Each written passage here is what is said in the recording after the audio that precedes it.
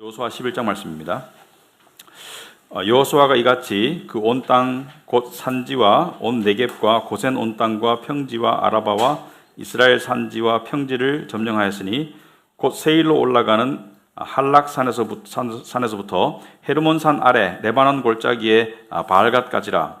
그들의 왕들을 모두 잡아 쳐 죽였으며 여호수아가 그 모든 왕들과 싸운 지가 오랫동안이라. 기본 주민 히위 족속 외에는 이스라엘 자손과 화친한 성읍이 하나도 없고 이스라엘 자손이 싸워서 다 점령하였으니 그들의 마음이 완악하여 이스라엘을 대적하여 싸우러 온 것은 여호와께서 그리하게 하신 것이라. 그들을 진멸하여 바치게 하여 은혜를 입지 못하게 하시고 여호와께서 모세에게 명령하신 대로 그들을 멸하려 하심이었더라. 그때 여호수아가 가서 산지와 헤브론과 드빌과 아납과 유다 온 산지와 이스라엘의 온 산지에서 아낙 사람들을 멸절하고 그가 또 그들의 성읍들을 진멸하여 바쳤으므로 이스라엘 자손의 땅에는 아낙 사람들이 하나도 남지 아니하였고 가사와 가도와 아스도세만 남았더라. 이와 같이 여호수아가 여호와께서 모세에게 말씀하신 대로 그 온 땅을 점령하여 이스라엘 지파의 구분에 따라 기업으로 주매 그 땅의 전쟁이 그쳤더라. 아멘. 앉으시기 바랍니다. 우리 기도를 하시기 바랍니다. 아버지 하나님,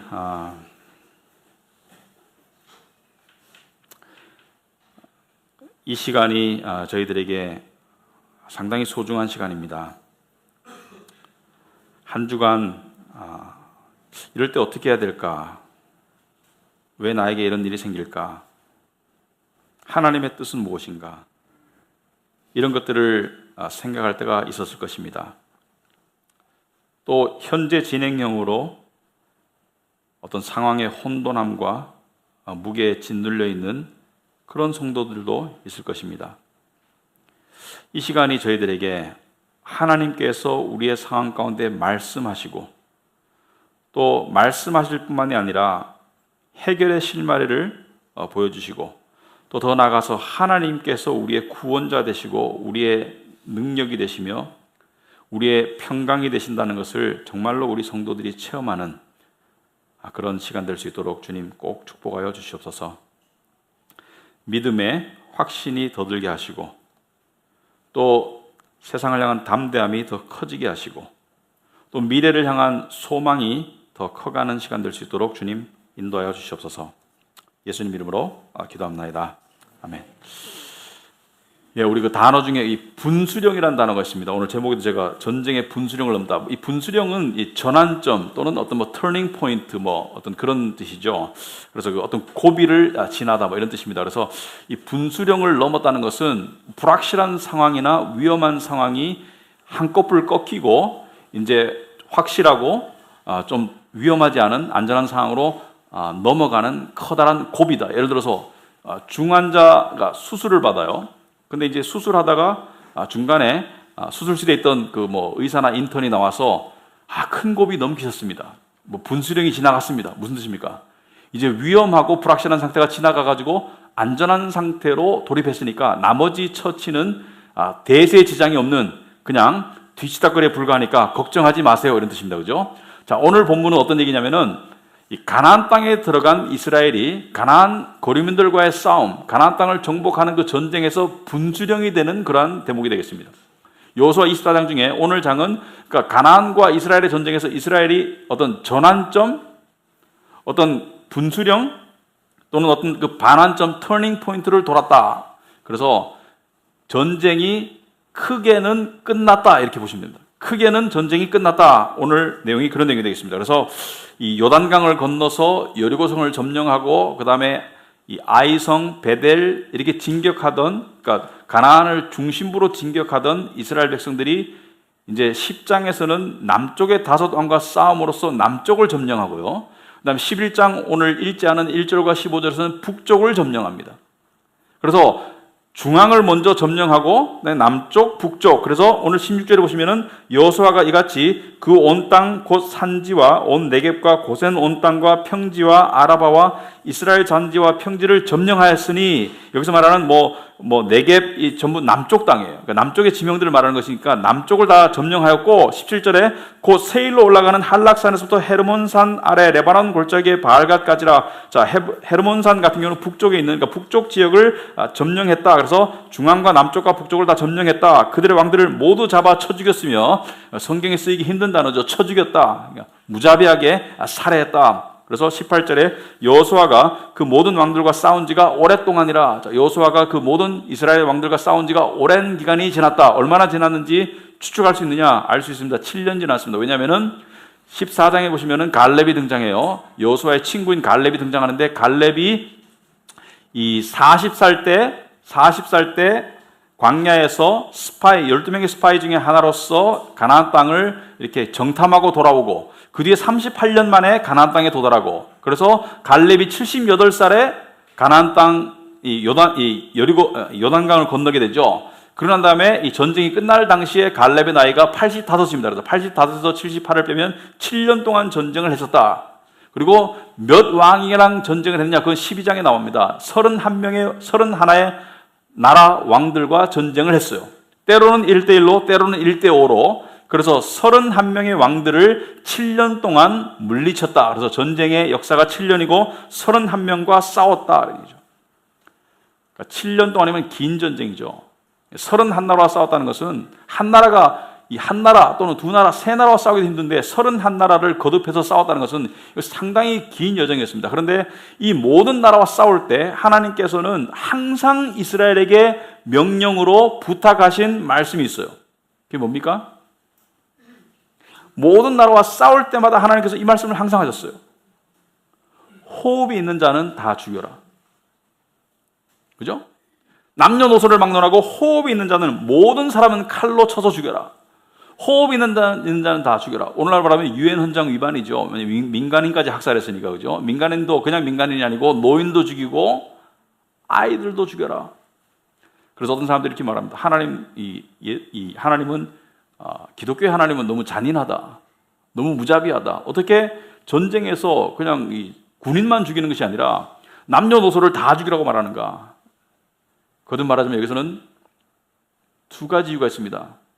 첫째는 직접적인 이유가 있어요. 왜 죽이라고 그러느냐?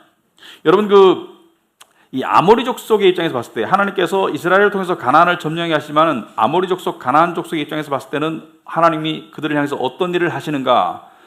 창세기 15장에 보시면은 아브라함과 언약을 맺고 난 다음에 하나님께서 예언으로 말씀을 주실 때 그때 가나안 땅이었어요. 그죠? 아브라함은 가나안 땅에 있었는데 그 2대 후손인 야곱 때 모든 70명의 자손들이 애굽 땅, 이집트로 내려가요.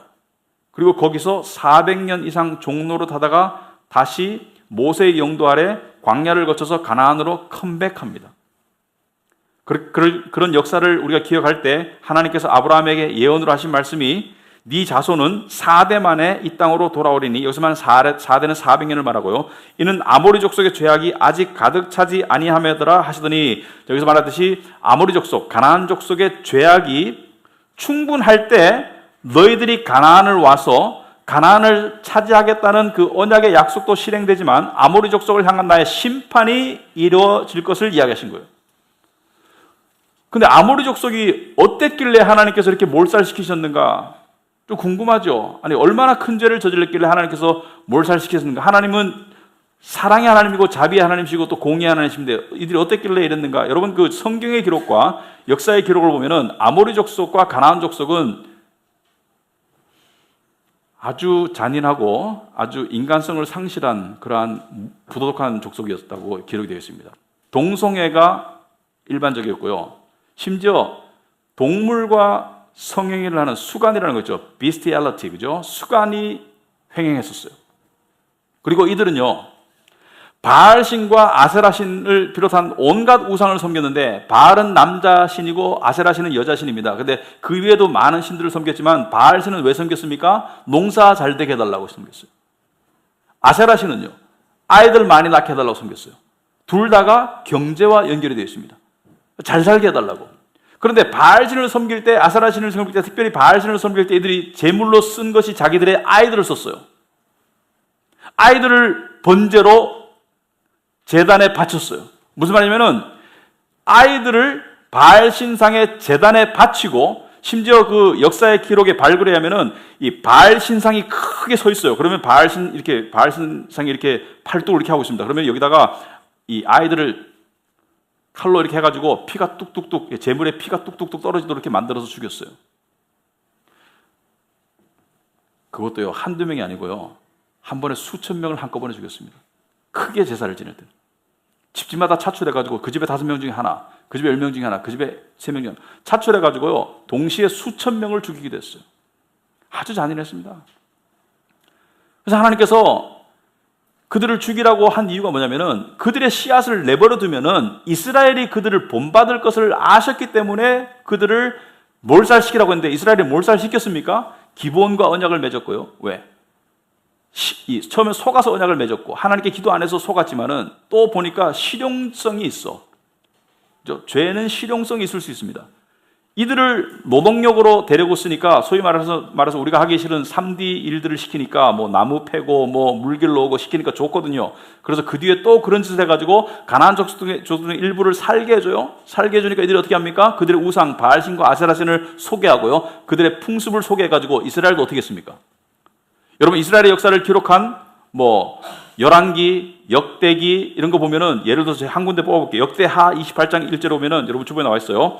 아하스라는 왕이 있었습니다. 아하스는 유다의 예루살렘 왕이었어요. 아하스가 왕위에 오를 때 나이가 20세라 20살에 예루살렘에서 16년 동안 다스렸으나 그의 조상 다윗과 같이 아니하여 여호와 보시기에 정직하게 행하지 아니하고 이스라엘 왕들의 길로 행하여, 이스라엘 왕들의 길로 행했다는 것은 북쪽 이스라엘의 대부분의 왕들이 이렇게 했다는 것이에요. 첫째는 무엇이었습니까? 바알들의 우상을 부어 만들었다. 바알들의 우상을 부어 이 금속을 녹여서 만들었다. 우상을 만들었어요. 그 다음에 어떻게 했습니까? 3절에 한 놈의 아들 골짜기에서 분향하고 여호와께서 이스라엘 자손 앞에서 쫓아내신 이방 사람들의, 쫓아내신 이방 사람들은 가나안 아모리 족속을 말합니다. 이방 사람들의 가증한 일을 본받아 그의 자녀들을 불살랐어요. 바알신을 섬기고, 예루살렘에 있는 유다의 왕이 바알신을 섬기고 그의 자녀들을 불살라서 바알신에게 제사를 지냈어요. 왜? 잘 살게 해달라고. 왕이 이랬으면 백성이 어땠을까? 백성들도 그랬어요. 다. 백성들도 집집마다 모여가지고 제사 지내면서, 야, 니네 집도 하나 데리고 우리 집도 하나 데리고, 그러니까 애들, 야, 니네 집 뭐 이번엔 장자를 데리고 와, 뭐 이렇게 했겠죠. 안 데리고 가면 어떻게 돼요? 그 동네에서 맞아 죽습니다. 여호와를 섬긴다고 하면서도 우상 숭배하고, 그리고 우상 숭배에 해당되는 이 잔인무도한 짓을 했기 때문에 이것을 막기 위해서, 이것에 전염되는 것을 막기 위해서, 죄를 허용하면 죄가 이들을 오염시킬 것을 막기 위해서 하나님께서는 다 죽여라 이렇게 말씀하신 거예요. 그 이유를 알아야 됩니다. 두 번째, 상징적인 이유가 있어요. 어떤 이유가 있냐? 자, 제가 말씀드렸듯이 구약의 모든 사건들은 시청각 교제이다. 신약의 영적인 의미를 부여한다. 그래서 가나안 땅은 우리 내면에 존재하는 영적인 영토이고, 가나안 거류민들은 우리와 싸우는 죄, 육신, 세상, 사탄을 상징한다. 그런데 그러한 죄들을 죽여나가지 않으면 죄가 우리를 죽여나갈 것이다. 존 오웬이 얘기했듯이 죄를 죽여나가지 않으면 죄가 우리를 죽여나갈 것이다. 죄와는 타협하지도 말고, 죄는 살려두지 말고, 죄는 보는 족족 죽여라. 그렇게 해서 하나님께서 명령하셨고요. 자, 그 결과 북쪽과 남쪽을 다 몰살시켰어요. 예외적으로 그 기브온 족속과는 속아서 조약을 체결했지만 나머지는 다 죽였어요. 현재까지. 자, 그런데 23절에 보시면은 그 중간에 나오는 뭐 안악이라는 말은 거인이라는 뜻입니다. 그러니까 가나안 족속 중에 큰 사람들 다 죽였다, 거인들 다 죽였다는 얘기고요. 23절에 보면은 이와 같이 여호수아가 여호와께서 모세에게 말씀하신 대로 그 온 땅을 점령하여 이스라엘 지파의 구분에 따라 기업으로 주매 그 땅의 전쟁이 그쳤더라. 그 땅의 전쟁이 그쳤더라. The land, 그 땅에 had rest from war. 전쟁으로부터 안식을 얻었다. 피로 물들었던 땅이 이제 안식의 땅이 되었다. 평화의 땅이 되었다. 이런 얘기입니다. 자, 그런데 그렇다면 가나안 땅을 다 점령했는가? 그렇진 않아요. 나중에 13장에 보시면은 하나님께서 여호수아에게 아직도 점령할 땅이 많다 그래요. 아직도 점령할 땅이 많은데 전쟁이 그쳤다는 것은 무엇을 말합니까? 큰 전쟁은 끝났다. 분수령은 끝났다. 이제 너희가 여기서 나라를 이뤄도 된다 이런 얘기죠. 그러니까 큰 분수령이 넘어갔다. 상당 부분 마무리되었다는 뜻입니다. 자, 이것은 우리에게 무엇을 의미하는가? 여러분, 죄와의 싸움에서요. 여러분, 죄와 싸우고 있을 거예요. 죄와의 싸움에서, 성화의 과정에서 완벽한 성화는 있을 수가 없어요. 하지만 커다란 분수령은 넘어갈 수가 있어요. 그래서 죄와의 싸움에서 큰 분수령을 넘어가서 이제 불안과 죄보다는 의와 평강으로 더 특징 지어지는 사람을 영어로 성경은 신령한 사람이라고, the spiritual man, 신령한 사람이라고 그래요.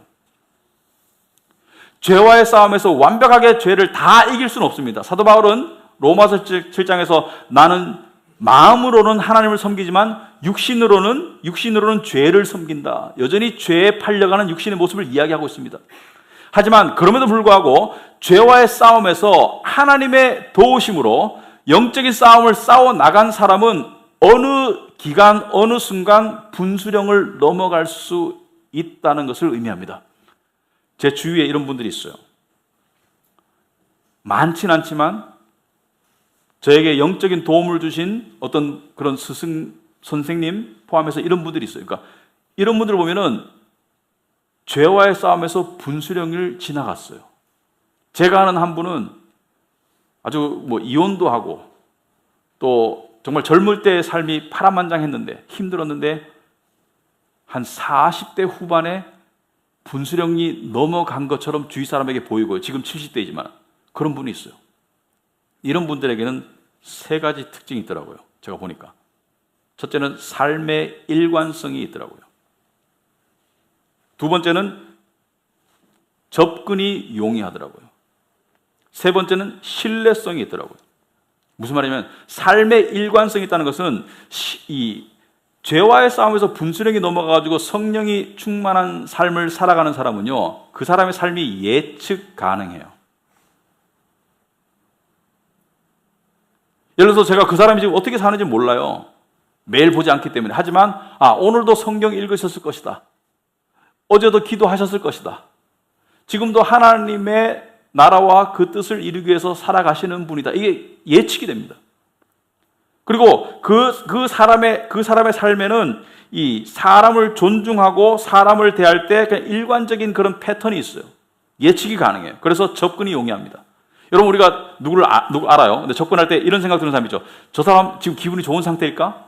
지금 가면 저 사람이랑 이렇게 좋은 대화를 나눌 수 있을까? 아니면 좀 껄끄러울까? 그럴 때 있죠, 그죠? 그래서 저 사람 지금 만나면은 좋은 어떤 시간을 보낼 수 있을까? 아니면 불편해질까? 그러니까 좀 이렇게 좀 불안할 때가 있어요. 저 사람 불안해. 저 사람이 오늘은 나타날까? 불안해.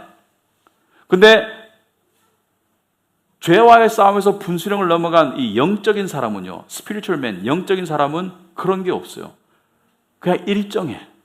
물론 때로는 조금 슬퍼 보일 수 있어요. 때로는 조금 기분 더 좋아 보일 수 있지만 일정해. 그 사람 만나면은 예측이 가능해. 그래서 접근이 용이합니다. 접근하고 싶어.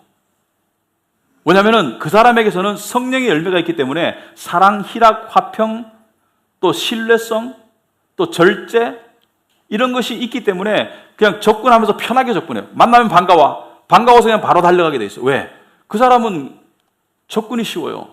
그 사람은 예측이 가능해요. 여러분, 예측이 불가능한 사람은 다가가기 힘들어요. 다가갔다 갑자기 한 방 맞으면 어떡하지? 그러지 않아요. 이런 사람들은 예측이 가능해요. 세 번째, 이런 사람들은 신뢰할 수 있어요. 왜? 자기가 한 말은 약속은 지키더라고요. 그리고 내 비밀을 털어놓아도 안전해요. 뒷말이 없어. 돌아서서 험담 안 해. 신뢰할 수가 있어요. 그런 사람이 예측 가능하고 접근 용이하고 신뢰할 수 있는 사람, 그런 사람이 신령한 사람이에요.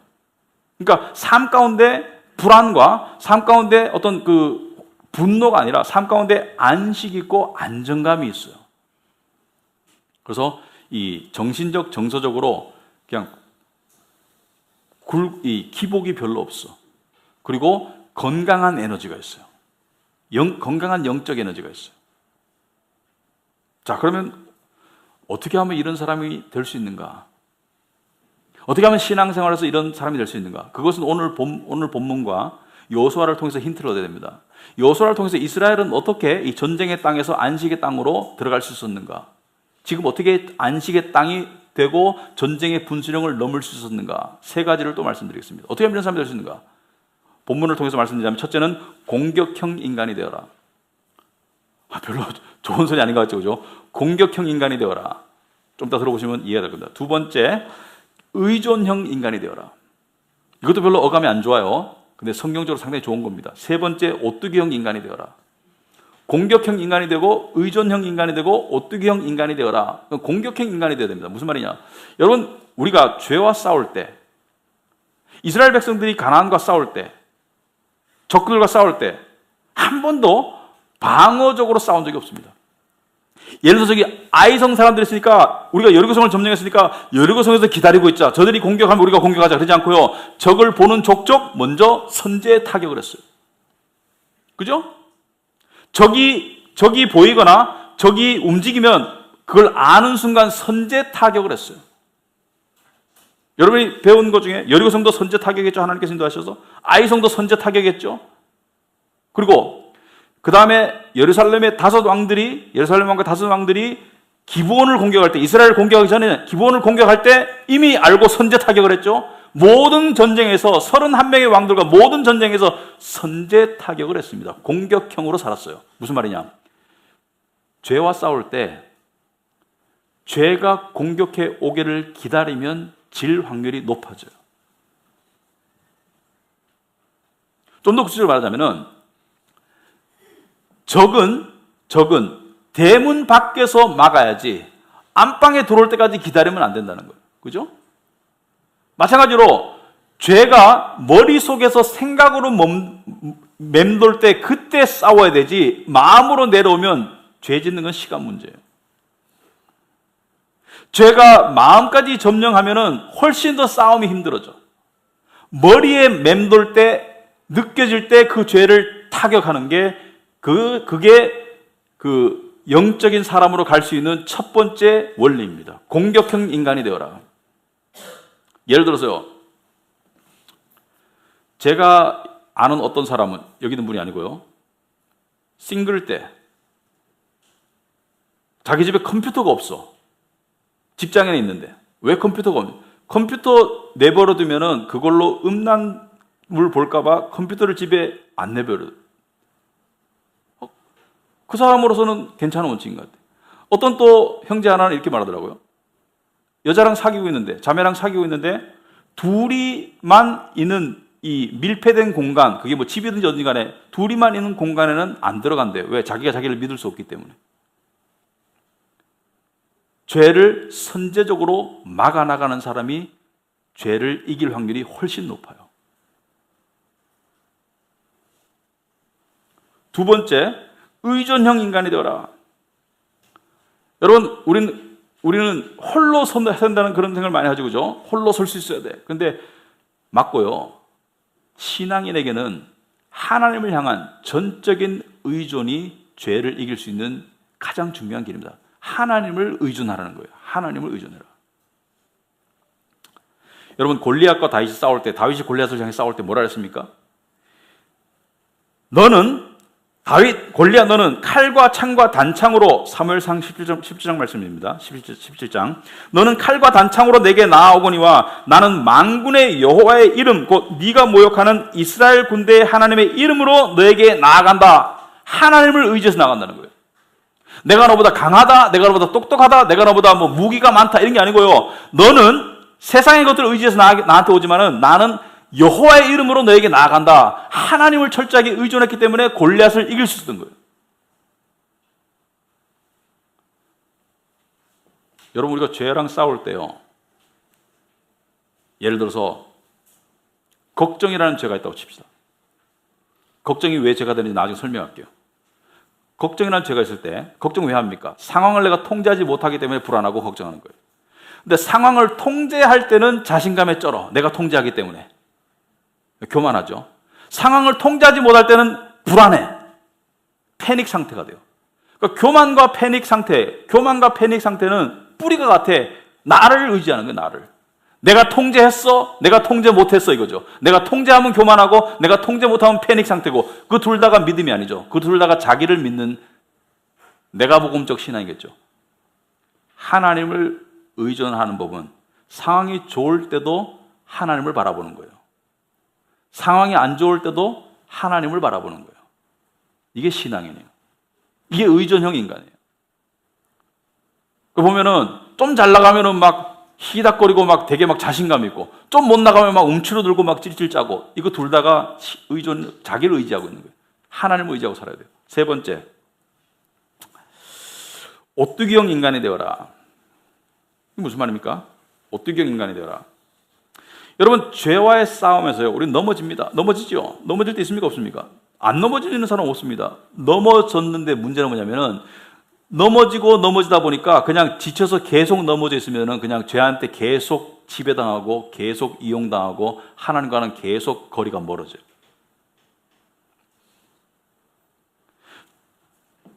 성경에 의인은 7번 넘어져도 8번 일어난다는 말이 있습니다. 그건 7번만 넘어진다는 얘기가 아니고 8번만 일어난다는 얘기는 아니에요. 무슨 말이냐면은 넘어진 숫자보다 한 번 더 일어나면 돼.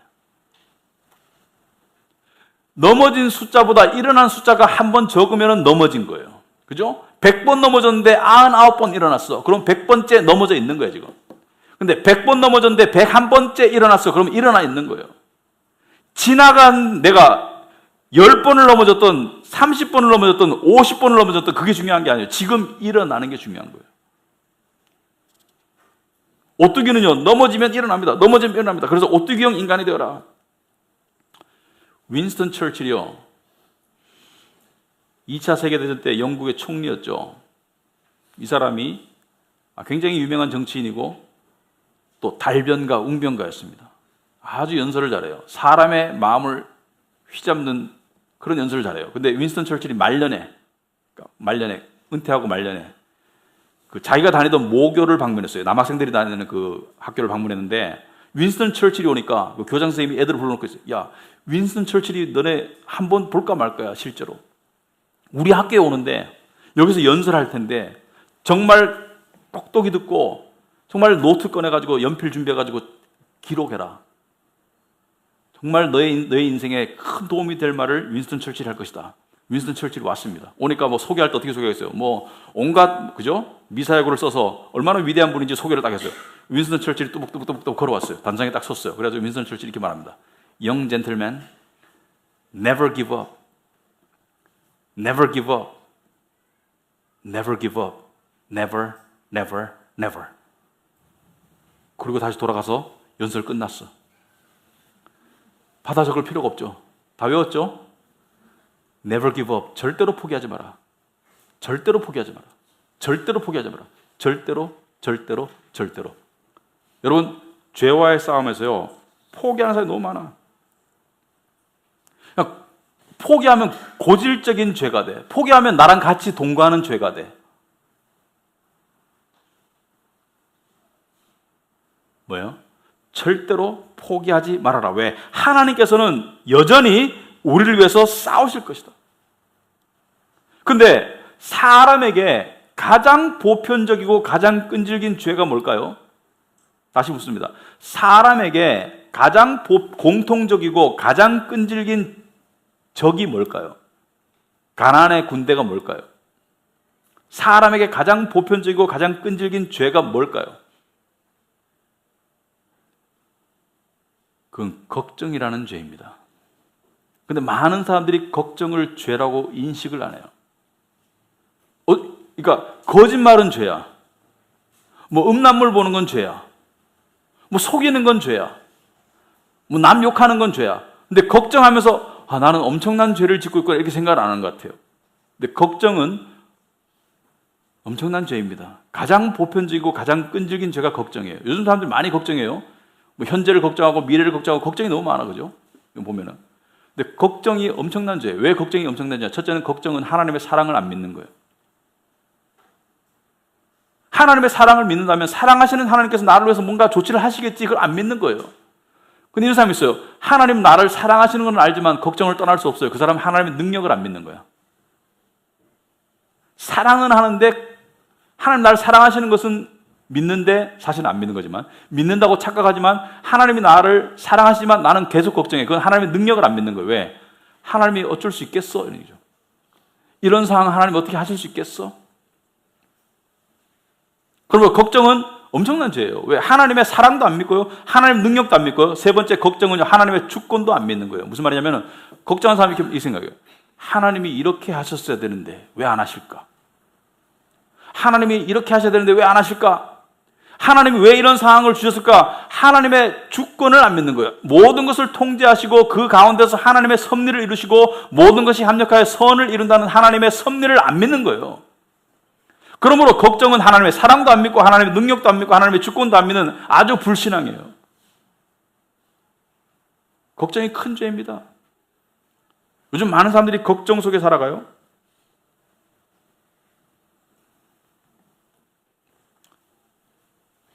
걱정을 향해서요, 잘못된 해결 방법들이 여러 가지 있습니다. 첫째는 걱정을 회피하려고 하는 것. 그러니까 걱정스러운 생각이나 걱정스러운 상황이 있으면 그냥 게임해. 걱정스러운 상황이 있으면 스마트폰 가지고 계속 거기에 몰입해. 걱정스러운 상황에서 술 마셔. 술은 기분 좋을 때 마시는 게 좋습니다. 걱정스러운 상황을 회피한다고 해결이 안 됩니다. 또는 마인드 컨트롤. 나는 극복할 수 있어. 나는 이길 수 있어. 나는 능력이 있어. 나는 잘할 수 있을 거야. 스스로에게 마인드 컨트롤하는 거죠. 그래서 걱정이 사라집니까? 또 어떤 사람은 걱정을 골똘히 해. 걱정을 계속 하다 보면 걱정이 끝날까 봐 걱정을 골똘히 계속해서 해요. 티베트 속담에 이런 속담이 있습니다. 걱정을 해서 걱정이 없어질 수 있다면 걱정할 게 없겠네. 걱정을 해서 걱정이 없어진다면 걱정할 게 없겠네. 그럼 어떻게 해야 돼요? 어떻게 해야 돼요? 걱정이라는 적군이 쳐들어올 때 어떻게 해야 돼요? 똑같습니다. 첫째는 공격형 인간이 되어라. 자, 베드로전서 여러분 주고 계시면 5장 7절에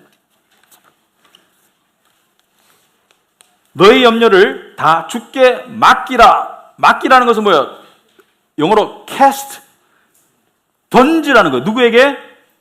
하나님께 던지라는 거예요. 이 던지는 것이 믿음입니다. 영적인 믿음의 행위예요.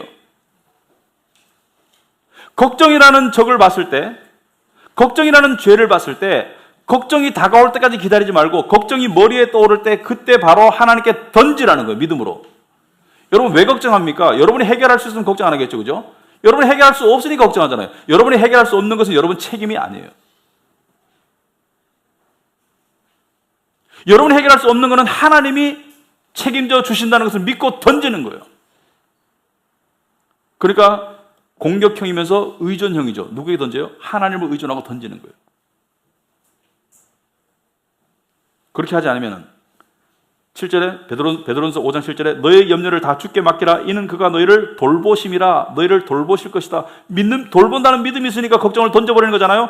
여러분의 걱정이 뭐든지 간에 뭐 현재든지 미래에 뭐든지 간에 걱정을 던지라는 거예요. 하나님께 던져라. 8절에 근신하라 깨어라. 그렇게 깨우지 않으면 너희 대적 마귀가 우는 사자같이 두루 다니며 삼킬 자를 찾나니. 굉장히 중요한 내용입니다. 그 두 절을 종합해 봤을 때 마귀가 우리를 공격하는데 가장 일반적으로 가장 끈질기게 가장 효과적으로 사용하는 무기가 뭐다? 걱정이다. 마귀가 우리를 넘어뜨리려고 할 때 가장 일반적으로 가장 끈질기게 사용하는 것이 바로 걱정이라는 무기이다.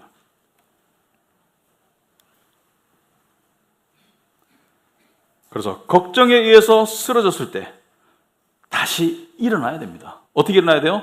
하나님 믿는 믿음으로 일어나야 돼요. 여러분 걱정이 요즘 얼마나 많은 사람들을 괴롭히는지 모릅니다.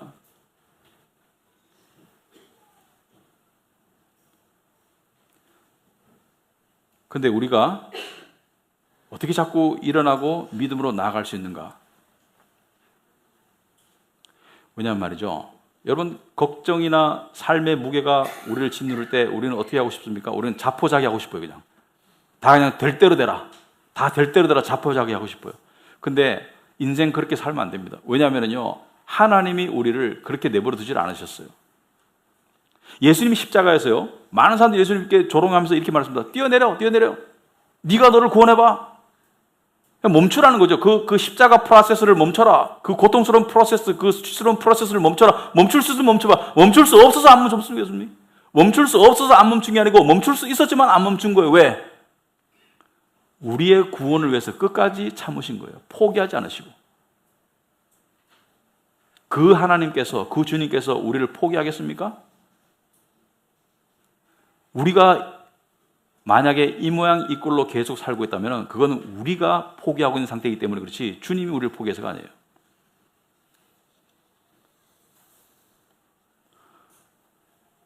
예를 하나 들어보겠습니다. 요즘에 경제 문제로 고민하는 사람들이 참 많아요. 경제 문제도 인생의 중요한 아주 커다란 걱정거리임에 분명합니다. 나는 예수 믿으니까 경제 문제는 관계없이 살 수 있어. 그거 천만의 말씀.